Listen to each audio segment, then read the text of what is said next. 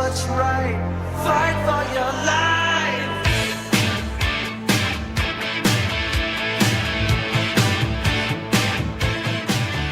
When it comes It may be corny, but 30 years later, that song still gives me goosebumps. I know. Maybe it's just me, but that was my youth. I'm sorry. It's all about being an American this week, Papa. So it's corny, but that's me. So thank you for joining us for episode number. What is this now, Chris? 25? We're a quarter of a century through? Something like that. 25. And we got two guests with us today to discuss a little U.S. soccer, a little Inter Miami. But before we do that, how you doing, Chris? Good. Let me tell you, that song just gave me goosebumps. Goosebumps. Apparently not Ben. Ben has no goosebumps. No, this guy's a dead soul, is what you are, Ben. So how are you doing, Ben, with your dead ass soul? I'm good, man. I'm not gonna lie. The song was pumping through my veins. But as soon as Danny said, "Oh, it might be stupid," I was like, "Yeah, you definitely are." I just wanted to agree with his statement. But no, the song was jumping, man. Hey, man, good to be back. Good to be back, man. Let's get this going. What's going on, Wilson? How you been, brother? Going on? I'm good. That song is terrible. I love Hulk Hogan. Actually, I like Macho Man. Oh my god! Bruce Springsteen is a cornball too, but his song is a lot better. So you should have put "Born in the USA." Nah, man. Yeah, that would have been a good one. Hulk Hogan's anthem to me is "Born in the USA" slaps way harder than Hulk Hogan. Nah, you're fucking crazy. What mental image do you get with that song? With Hulk Hogan, I get bloody face, WrestleMania 7, waving the flag after beating Iran's ass with Sergeant Slaughter. Like, I think it's even more appropriate after what just happened when we beat their ass. Bruce Springsteen, you think of mullets, and that's American. Mullets? Oh my god, this guy is golden. That is amazing. Yep. That is American. Very good. Well, I think we could all just agree we're happy we're not Mexican, because not only did they get eliminated, they had the GOAT tap dancing on their jersey. Like, it doesn't get any worse than being Mexican this week. Am I right? No. Pro God. yeah, that was rough. That was a rough game. Look, and then you had Canelo have to come back on his word and be like, "Oh, I'm so sorry. I overreacted." Like, it's a rough week to be from Mexico. But before we get into go ahead. No, I mean, I think that was just such a dumb take on the whole thing with stepping on the jersey and stuff. Like, so what? Somebody can't take their cleats off? Like, I don't get it. Well, I mean, not to get too into it, but I mean, that's really what it was. Like, he was just taking off his cleat and he lifted up his leg, and coincidentally, you know what's really fucked up? Mexico didn't even get to wear their second kit. The white one? That sucks. Yeah, the white one, and that shit was nice too. That one's really nice.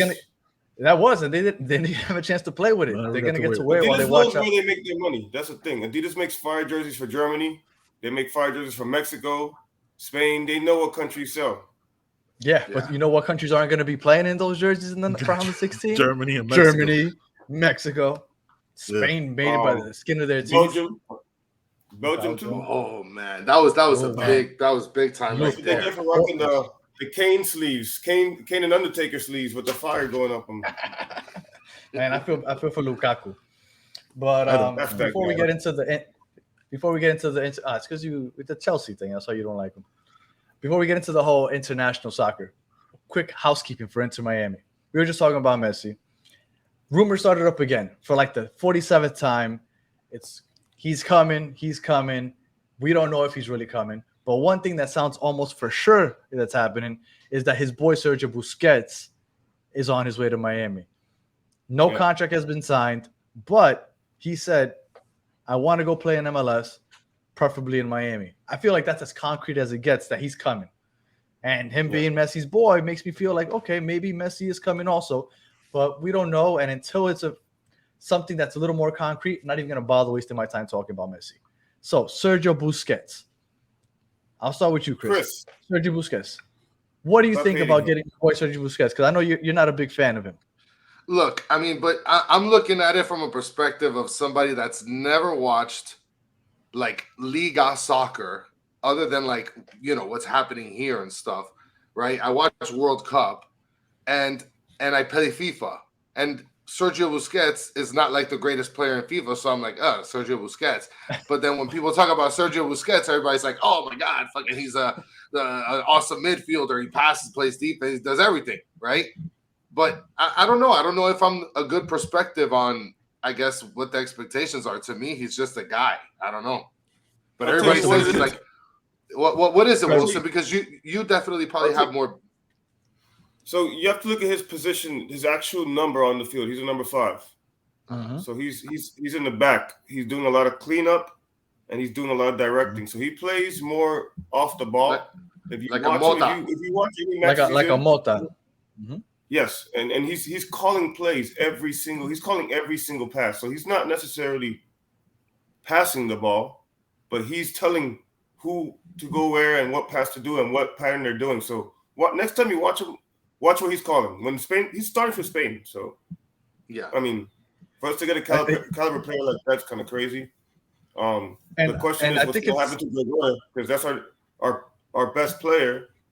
And he plays the same position. So we're going to start 2 5s back there. I mean, a 5 and an 8. That's what I think is weird, because we have Mota and we have Gregory. So I'm like, so somebody's going to be left out. Mota's more versatile. And Gregory's a walking yellow card. I think he led the league. Well, Mota, he's just so aggressive when he's offensive. Like, if he has a shot, he's taking it. And I appreciate that, but I mean, for my number 5, I don't really need that from him, especially when he wasn't converting very often. Now, I know that Ben is a big Bryce Duke guy, but if we get somebody like Sergio Busquets, Bryce Duke, even less minutes, because we're just going to keep fueling into that midfield. So I don't even know if this is – you don't think so? Go ahead, Wilson. No, because Bryce Duke would be probably playing, higher up in the pitch. He'll probably be playing like a 10, attacking mid. So, but if Pozuelo doesn't come back, he's going to be helping out that back line because we need help. I mean, no, I get that. But we're only starting 3 midfielders, right? So it's usually Busquets, Gregory, and then Pozuelo's been the one leading the charge in the top of that midfield. The only place I can see sometimes is weird. It is weird. It's so weird. It's Pozuelo coming back is my question. Yeah, I think so. I hope so. I believe so. As a DP, I don't know if they have 1-year contracts for DPs. I don't know how that works. I'm really not, I'm not sure that knowledgeable about MLS contracts, but that would, I don't know. Well, I have a question. I've never understood MLS contracts. Never. I have a question. I have a question, Ben, because you probably know as well, but just as well as Wilson.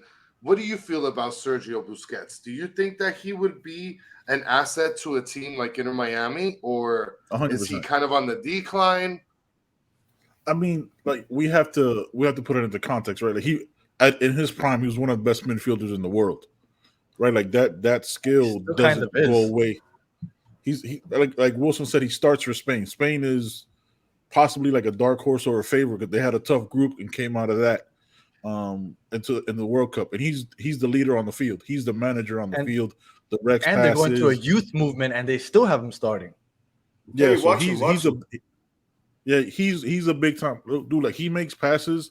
Like I said it in the group chat that me and Danny have with the fam. He's like a 30 on pace, but a 300 on passing. Like he's not gonna chase anybody down. He's not gonna stop at a fast like a fast break or turnover. He'll make the foul if he's around it. He's not gonna be that pace guy, but he'll pick a pass that you'll be like, yo, how the fuck did he see that?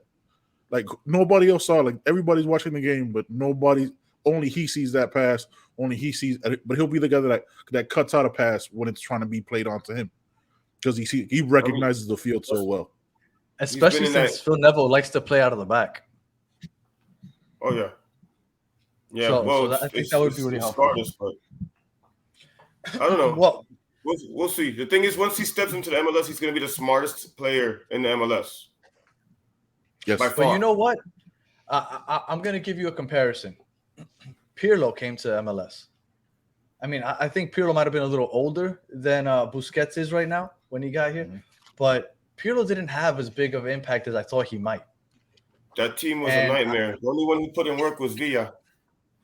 Yeah, VJ ended up being MVP, and Lampard played like 1.5 games the whole 2 years that he was there. But yeah, I was expecting more from Pirlo, so I don't know if that would end up kind of being the same thing with Busquets. Because my fear when players come to the MLS is kind of like what happened with Higuain. It's like you look good because you have players to complement you around you. When you come to the MLS, I mean, I love the MLS and I'm always defending it. But let's be honest, the talent level isn't as high as the ones in Europe. So is he going to be picking out passes to players that aren't finding space to receive those balls? Like things like that kind of worry me. So that does worry me a little bit. But hey, if we can get him, and my worry is that he takes up a DP spot because I don't want him to take a DP spot, to be honest with you. You know we're gonna pay him under the table on some weird ass sponsorship. Like, hey, give him some Gareth Bale type of contract, and I'm happy. Under the low, like for $500K, and he has another sponsorship for another 1.2, and like that's how it works, you know. I would hope so because we got Pau for fucking Matuidi that ended up being just a mascot for our team. So Matuidi does tours on the Bright Line. That's what his job is. I know he's a mascot. He's a mascot. I'm joking. You think I'm joking? I know. I believe you. I know. It's wild. He was out there doing photo shoots on the exit on the Bright Line, like a standing. I told Chris, I was like, look, the DP that we got all the sanctions for, it was literally him. He's literally our mascot, and this is what we're paying all those sanctions for. I think that's crazy. I think the sucky part is now we're gonna have to transition to putting Pizarro on the Bright Line. Because that's another one that he couldn't even get sold. He couldn't get traded. No, we're gonna buy his ass out. I refuse to believe Pizarro's gonna come back. That guy. So before he was like a walking tornado. He just would spin in circles. It was terrible, and he ended up being the first goal scored ever for our franchise. So he's gonna live in infamy forever.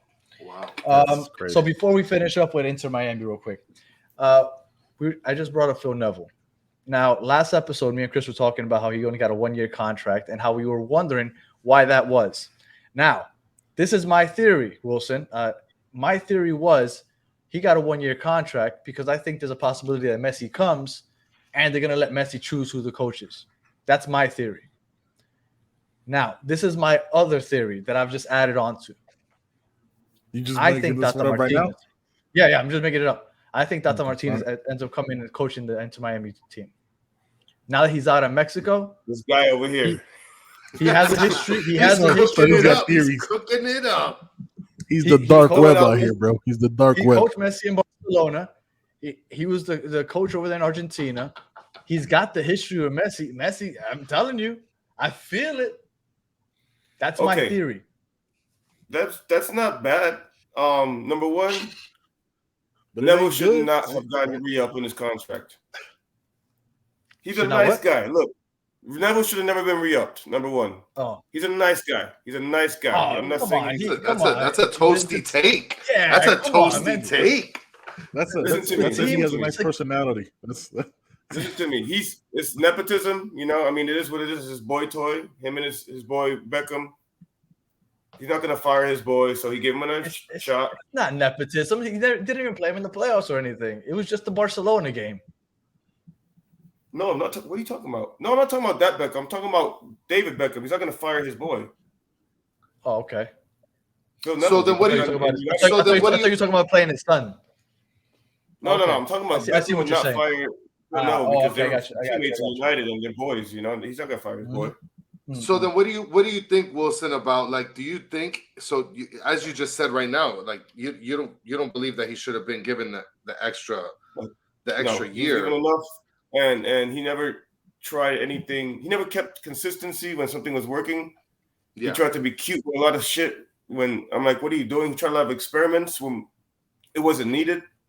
I think he earned the 1-year contract by making the playoffs.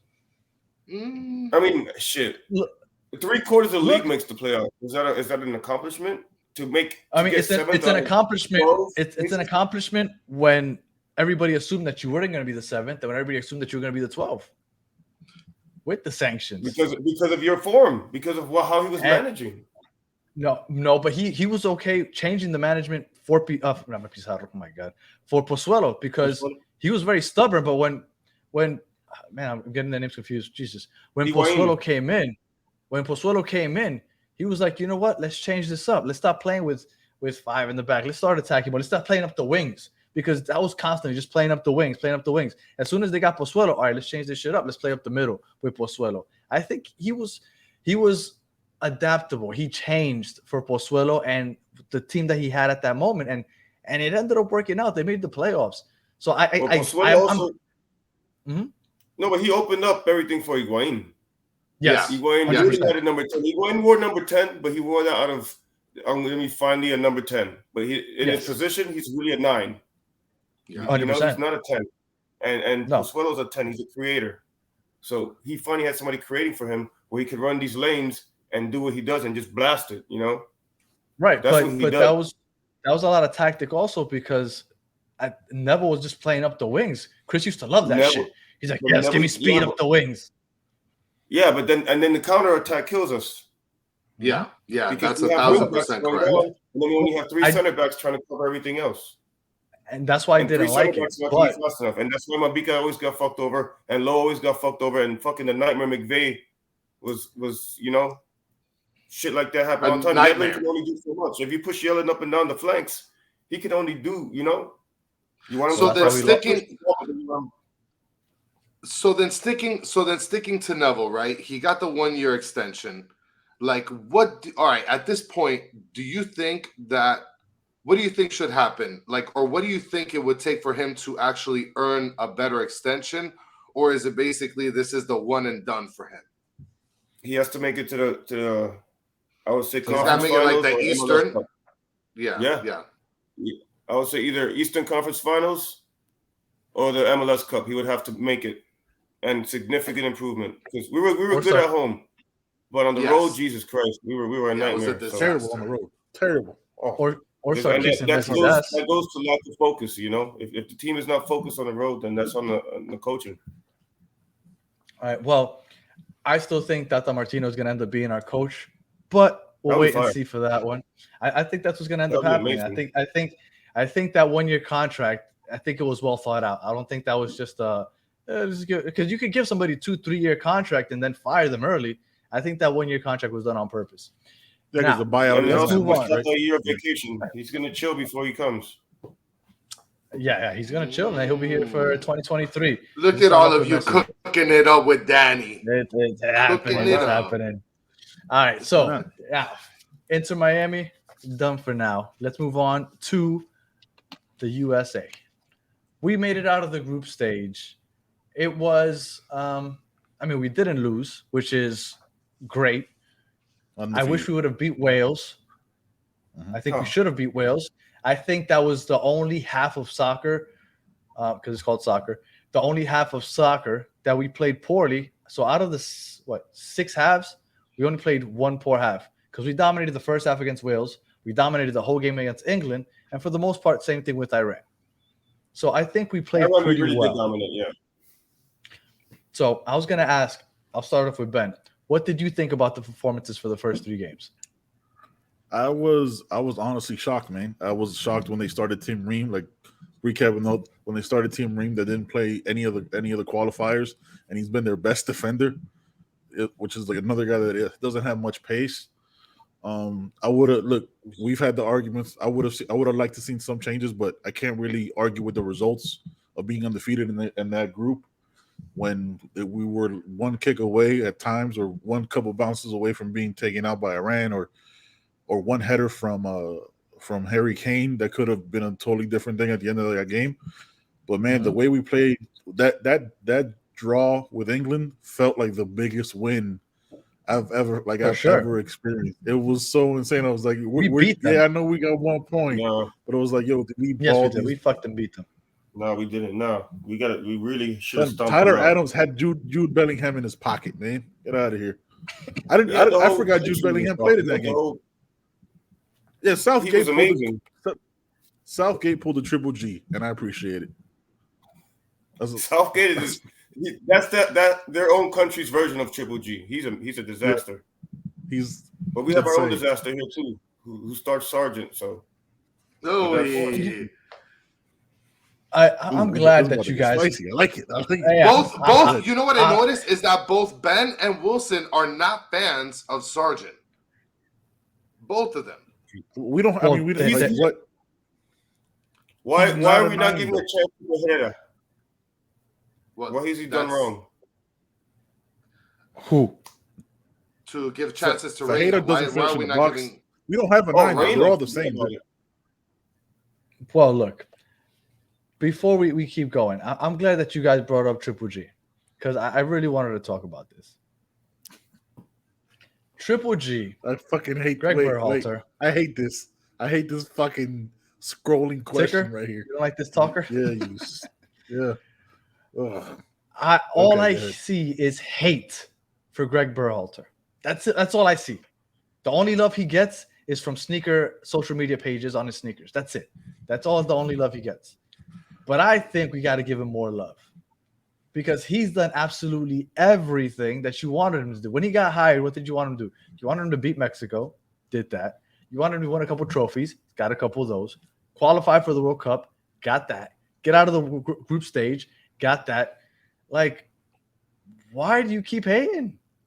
Let me start. Like to tie or do you like to win? Let me start. Let me start with Wilson. Wilson, why are you still hating on Triple G? He's not a winner. He's a tire. He is winning though. He plays for a draw. He plays for a draw. In England, he was happy with a draw. Any real manager's not happy with a draw in any situation. You should always play your best 11 and think that they're going to win. If you don't believe in your team, don't be in the sport. But I think that he did play for a win. Weston McKennie should have had that goal in the first half when he just sailed it for some reason. And if he gets that, that's 1-0 and they won. But still, you should not. Even at the end of the match, he was trying to play for a draw. Like, no, you don't do that. Look at this whole World Cup. Look at all these underdogs. Like, why can't we beat England? They're not that much better than us. I don't understand. Why we can't go for a win. We were just playing for a tie. Like, no, man, stomp them out. Why are we playing so safe? We played too safe. And I agree with Wilson is that at the end you started noticing that they were playing for the tie. But now, Ben, let me toss it over to you. What do you think about Triple G? All right, so I'm gonna try to keep this short and sweet, like Wilson just did. He doesn't just play for the tie; like he holds on, right? Like he did it against Iran, putting in the back five with when they subbed out Zimmerman for Weah. There's no going for the throat. You have to kill these teams, and if you constantly try to play safe and prevent defense, at some point it's going to come back to bite you in the ass. You know what I'm saying? Like it can happen now with these. He never does it. He never gives Pulisic another outlet to work with him, right? Like you see way off to the side. Sargent always digs in too deep. There's no outlet. That's why Pulisic has to make 60-yard runs by himself because there's nobody there. And that's part of the tactic because that's what Gregg does. Gregg goes, look, this is where you're gonna stay. This is where I need you to play. There's no freestyling with him. It's PowerPoint or die. And that's been my problem with him. He doesn't let these kids can be so much better than they are, and it feels like Gregg is pulling them back. Like, no, man, you're gonna play my way. You're gonna play my way, and that's it. And that you can't keep playing for a 1-0 because that thing went through was it Matt Turner's legs. If Zimmerman isn't there, right, we're home right now. Just they're home just like we are. But I'm looking at the formation right now from last match, and it's the same formation that you use when you start playing FIFA or PES.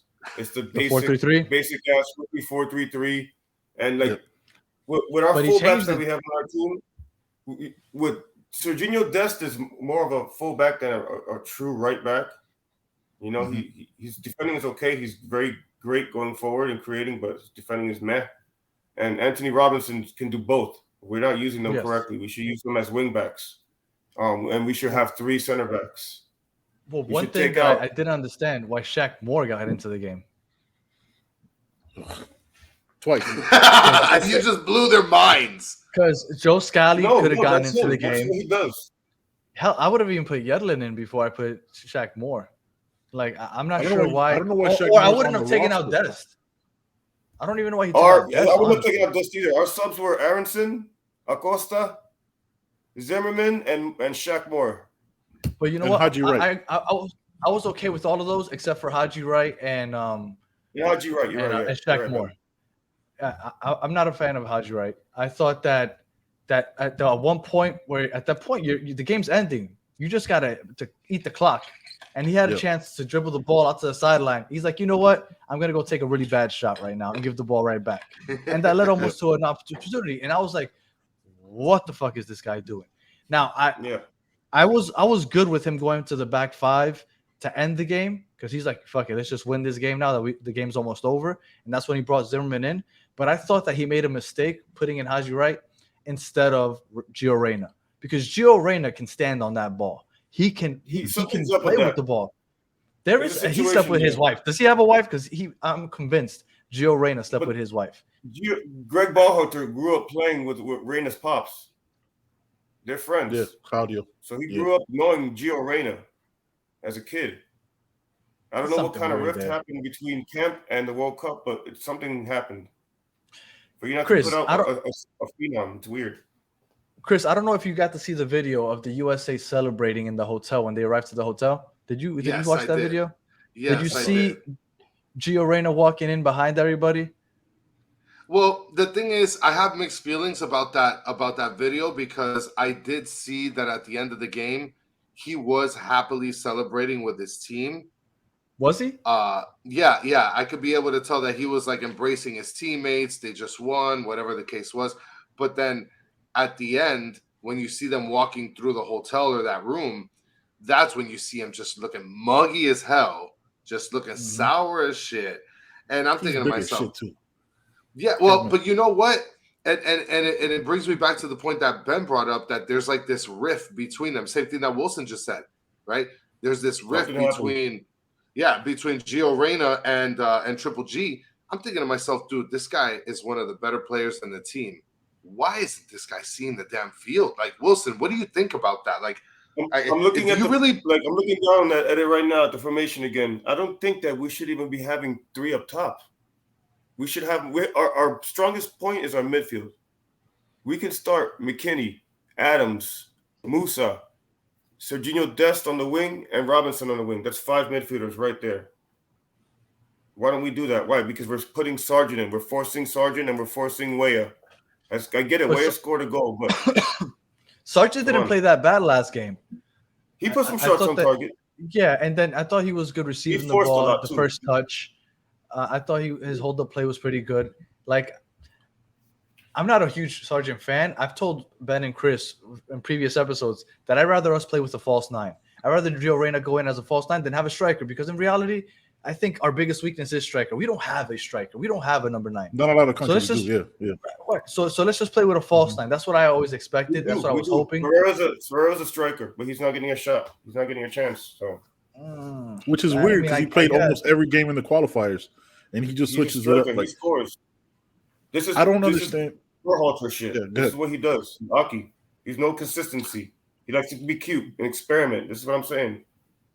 So now, Ben, reiterate on what you were saying about what's going on with the offense in our 9. Well, he doesn't look. Greg tries to be the smartest person in the room when he doesn't believe in like keeping it simple and just figuring out putting on the best players. So he puts on a Sargent that gives him the effort that he wants, not somebody that gives him the tactics and the dribbling. Like Sargent, he doesn't. I don't know what the fuck he's doing, bro. Like to play Fajeda the entire World Cup qualifiers, and then he gets no burn. Like Haji Wright, that you only played for 8 minutes against Mexico, or what in the game. You know what I'm saying? Like Ferreira gets no burn when Sargent gets injured. So now, if Sargent's too injured after the scan, I don't know what the results are. You're gonna have to rely on Haji Wright, because how is Fajeda gonna feel? You know what I'm saying? Like, we also got to take the mentality of these players into account. Like, is he gonna be ready? Is he that guy that doesn't need, or does he need the emotional support, or is he a guy that just goes in there and goes, "Yeah, I don't give a fuck. I'm about to go score." Like, that's you're taking a risk there with him, and you already see the body language and all the shit that we're talking about, the whole Gio Reyna Triple G beef. Again, Gio Reyna is 19, 20 years old. You know what I'm saying? Like, I didn't realize how much bigger he is than Pulisic. Like, he's so much bigger than him. He's like a foot and a half taller than him. He's like 5'6". Ben, you've always told me that you like Gio Reyna's personality, right? Because he's the type of guy that gets pissed and gets in people's faces. Yeah. But I think that might be working against him in this situation, because he's obviously very emotional. He's a young kid. Like, who knows how he's getting into it with Gregg Berhalter about this and behind the scenes. But you got to be the adult in the room. Like, you can't. He did the same thing with John Brooks. Like, you can't make your. No, but that John Brooks is bullshit. Yeah, but all of this is bullshit. Like whatever they said is not. You know what? I'm not going to play my second best player or my most or my guy that's going to. He might be the my best player. You know, Yeah. but not play him at all because he you know what? He hurt my feelings. The fuck out of here, bro. No, we're trying to win a World Cup. Well, like, I don't care. If Pulisic doesn't start, are you expecting to see Gio Reyna on the field? No, because Aronson's going to start instead. Aronson should be starting, to be honest. He should be starting. Why the fuck is Sargent starting? So then what about the starting 11 against the Netherlands, right? Okay. It's still talking about the actual lineup and the players. Team, I looked it up right now. Is they're I mean, compared to the past Dutch teams, this shit, they might mop us now that I'm jinxing it, but they're not impressive, you know. Like Van Dijk. Well, I mean, they don't have you know, they don't have Van Persie or Robin or anybody like that anymore, but they still got to pay. They got Van Dijk, Frankie they got De Jong. They got what's this kid? De Jong has been consistent, but Depay's man. Van Dijk has been up and down with injuries in his hammy, and you know he's older now. You know, he's not the old Van Dijk that we know, you know, from 3 years ago of Liverpool dominating. Now he's just Cody Gakpo's been balling for them. I put him there starting 11 as well. I'm not impressed with him. Let's see. Frankie de Jong, he's probably gonna dominate the middle, but we have to put a couple. You know, McKinney's gonna have to stick him, and Tyler's gonna have to stay on him because. Wilson, what do you see this? First, I want to start with Wilson, and then we'll bounce it over to Ben. What do you see the starting 11 being for the next game against the Netherlands?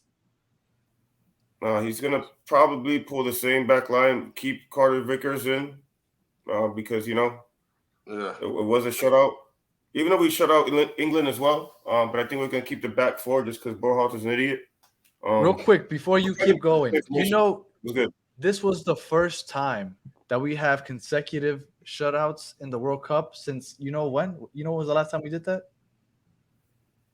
19. When we got third place, like in the 1920s? 1930.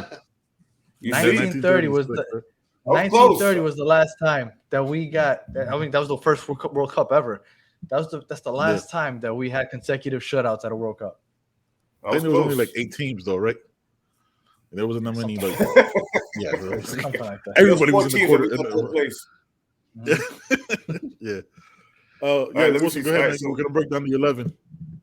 I think it's Matt Turner, Robinson, Ream, Carter Vickers, Dest, McKinney, Adams, Musa, and then up top, I see Aronson starting. I see. It depends on Pulisic. You know, what's Pulisic's condition? Is he good to go? Is he going to play 60 minutes? Is he going to play 30 minutes?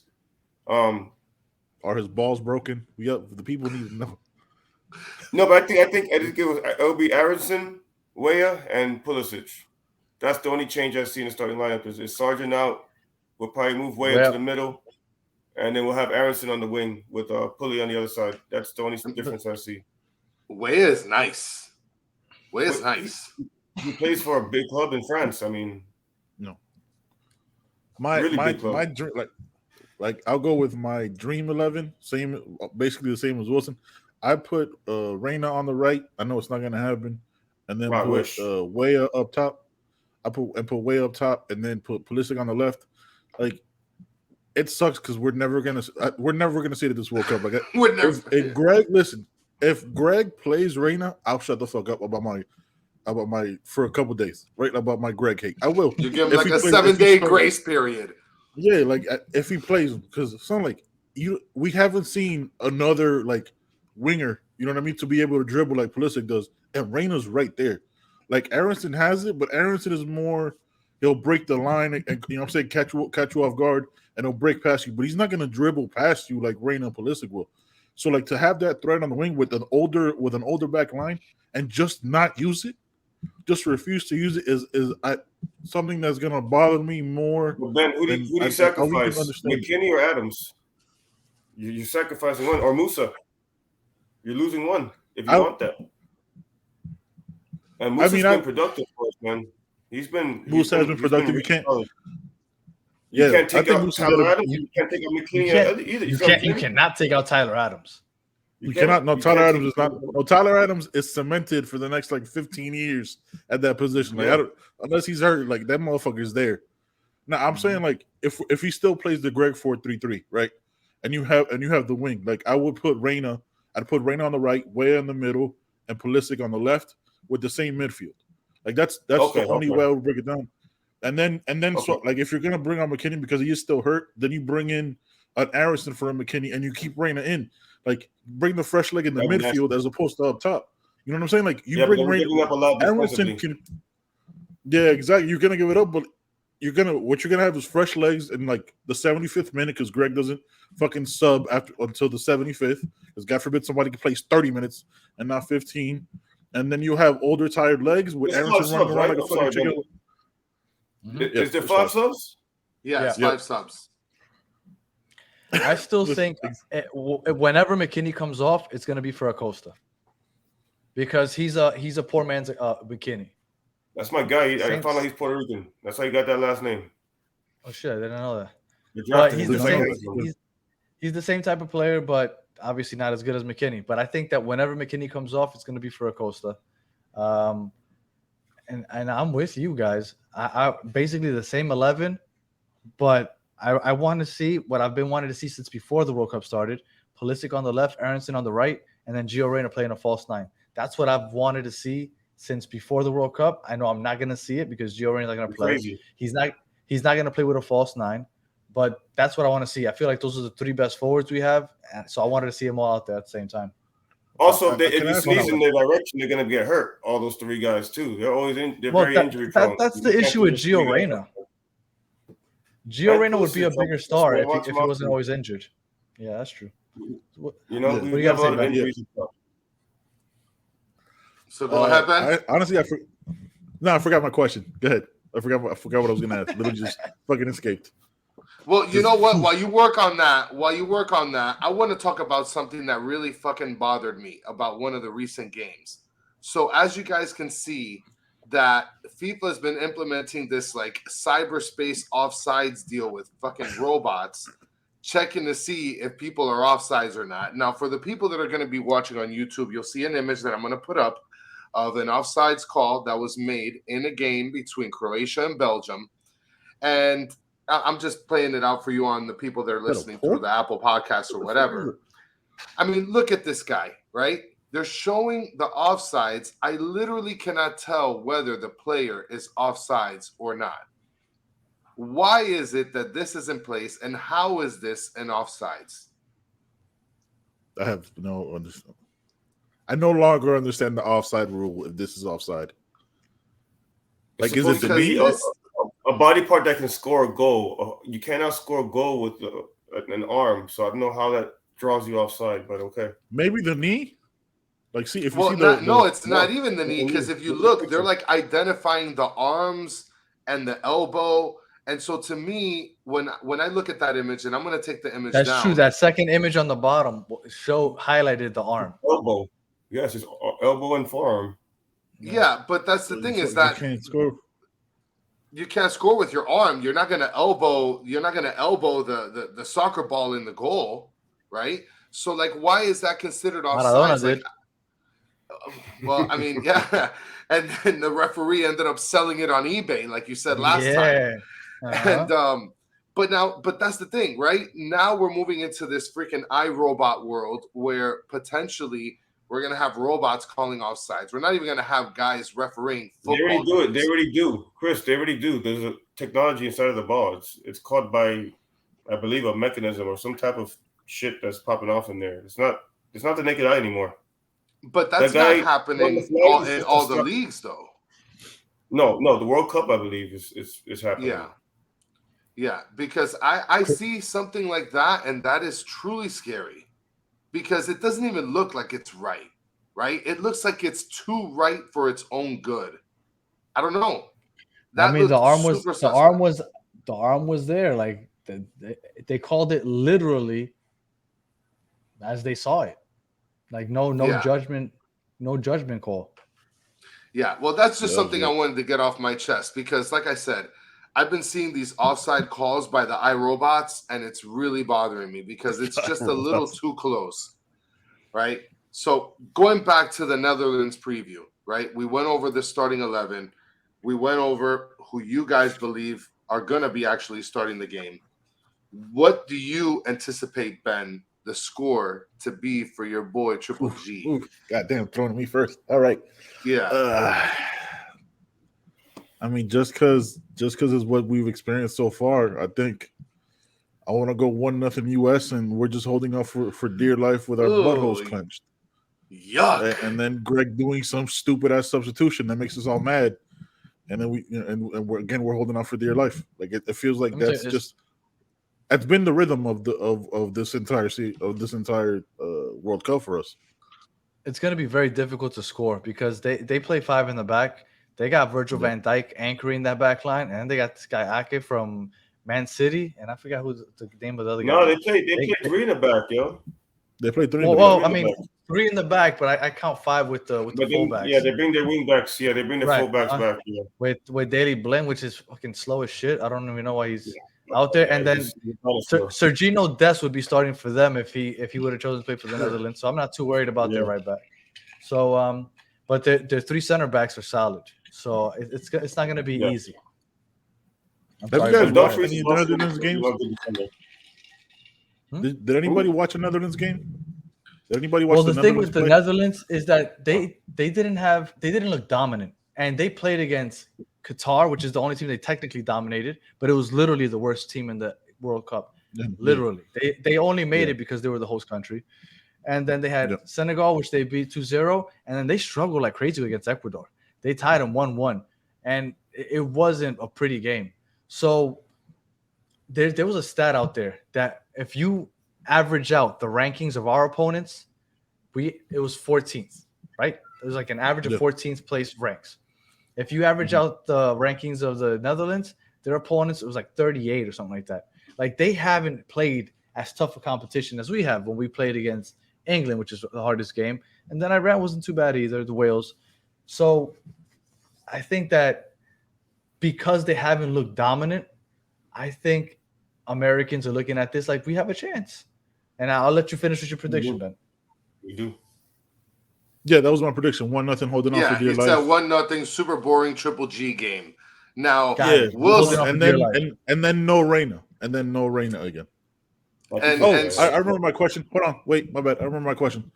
Do you guys think with this Reina shit, since he's super young, that we have a fucking Carlos Vela type of situation like with Mexico? Like where like he just never plays with us again, or until they fire Gregg, or is that when he comes back in? You know what I'm saying? What do you think, Wilson? Gregg. I want Jesse Marsh as our manager, so hopefully, Gregg's out. Marsh comes in, and it's a brand new type of vibe and look and you know movement. Because I get it. I love the young movement that Marsh did. Yeah. Who? Yeah, Jesse Marsh. Then, Jesse Marsh. So you're saying. Well, when do we start qualifiers for the next World Cup? Or will it be World Cup, right? In 2 years? We're hosting, so we don't have to. Yeah, Gold Cup. Yeah, I think it's next summer. I think Gold Cup is next summer. Gold Cup. Yeah, so I don't know. I think he'll play. I think something happened before the World Cup, and it's just maybe his head's not in it. We don't know. We're not there, so we know. Yeah. We're not behind the scenes. We're not in training. We're not in practice. We don't know. He has eyes on him way more than we do. Yeah, for sure. Yeah, that's right. So the Gold Cup begins June 26th. Okay. Of 2023. I think he's staying. Yeah, he's staying. I mean, this is his chance, to make it. He's still super young. Next World Cup, what is he going to be, 26? He's 20 right now.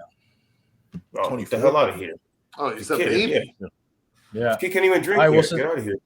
No, he can't. So, Wilson, Netherlands. What do you think? What's your prediction for the Netherlands game? I think 2-2. Goes to PKs and we win, and we're all shitting on ourselves and nervous as fuck. And yeah, 2-2. Wow. Wide open, because I think it's just going to be fucking horrendous defense. People going for tackles that they shouldn't be going for. Passes going through that shouldn't be going through. And finally some goal scoring and shit. So I think it's gonna be 2-2. And then it's gonna go stalemate in extra time, and then we're just gonna like I said, shitting ourselves during those PKs because that shit is going to be stressful. That's fuck. Oh God. That is a trembling situation. I'll go ahead But and it's I'll a give fun way to go ahead. out though. It's a fun way to go.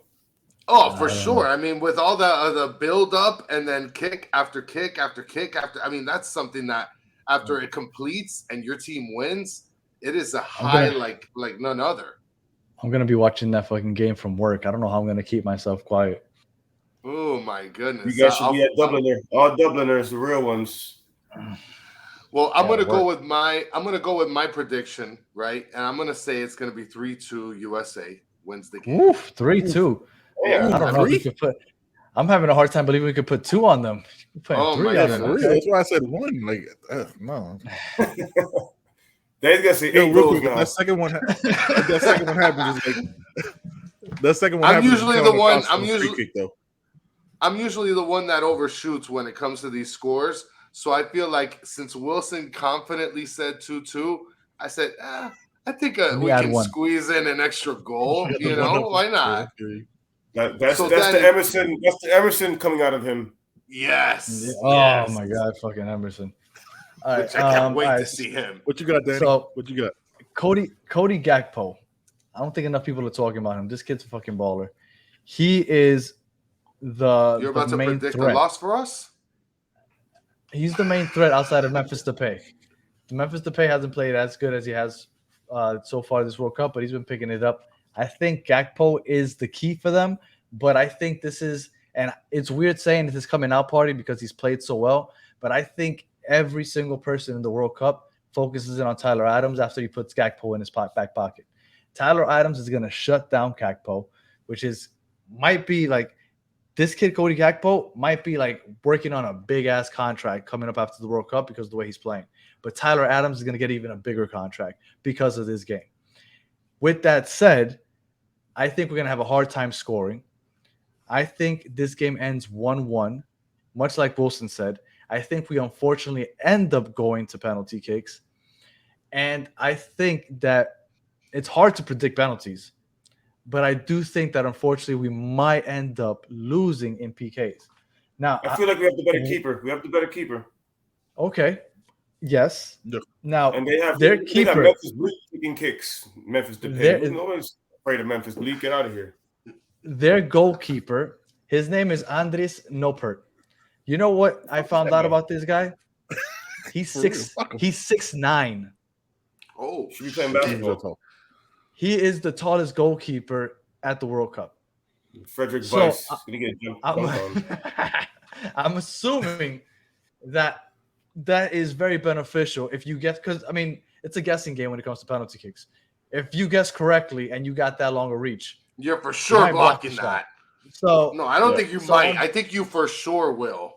So he already has 6 inches on that Chesney had in the Poland match against Messi. That was insane because he had to extend his arm and have like extreme accuracy. That was a crazy save. That was insane. Yeah. I mean, Mexico hates Messi and Argentina for some reason. Unfortunately, as much as I hate to say it, I don't think that we make it out of this round. I would love for us to. I've been saying it since 2014. I mean, unfortunately, I wasn't doing a podcast back then, so there's no actual proof because I didn't tweet it either. But I've been telling Ben at least since 2014. Yeah. I've been saying 2026, we're going to make at least the Final Four. I still stick with that. If we can move on to the Final 8, I'll feel even better about it. The fact that we're hosting in 2026, I feel even better about it. And I'm just going to stick with that prediction. Will be the Final Four in 2026.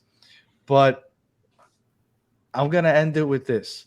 I'm going to ask each one of you. I'll start with Chris. If our run ends on Saturday, was this a successful World Cup? Yeah, I think for the United States. I think it. Okay. I think it could be seen as a successful World Cup, especially considering that the next one's going to be in the United States. You know, so there's a lot of promise there. A lot of our players developing. So I think it could be seen as a success. What about you, Wilson? We didn't make the last World Cup, so that's already a success. We have the third youngest team, I believe, or fourth youngest team. First. No, we don't have the youngest, do we? No, we got the third youngest, third or fourth. No. Third. So we had the youngest starting 11. Yes, You had the youngest starting 11. Starting Yeah. 11. That's insane. So in 4 years, when these kids are, like you said, 24, 25, 26, and they're actually reaching their prime when they're 28, it's going to be scary for the rest of the world. So, yeah, I think For it was sure. a progress and it was a success this time around. We can only grow from here. If we don't, then, this is the World Cup. Then get Gregg out of here. Yeah, he should be out by then. Greg should be gone by next Gold Cup.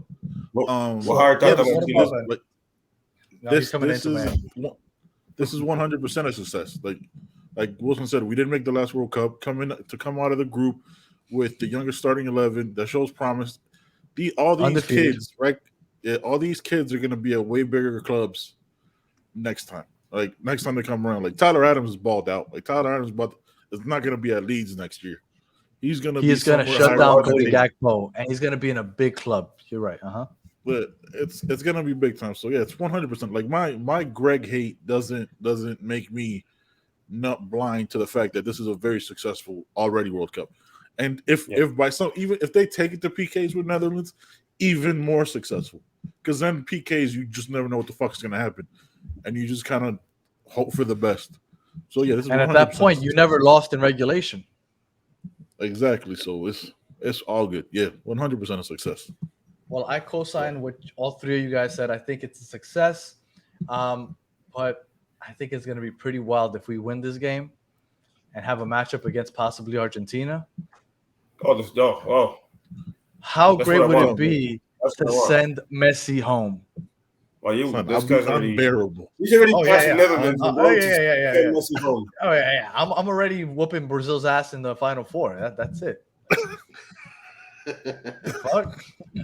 Aguardiente boy over here. This guy's sipping over there. I think we're gonna lose on Saturday, but if we win on Saturday, that's it. I'm going wild. I'm going losing all shit. Yeah, who gives that's it. Also, we're just champs.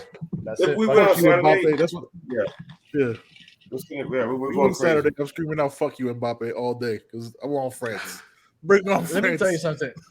The way this World Cup has gone, with like Japan beating Germany, Japan beating Spain, like all these Saudi Arabia beating Argentina, why can't we beat the Netherlands? Am I gonna put money on it? No.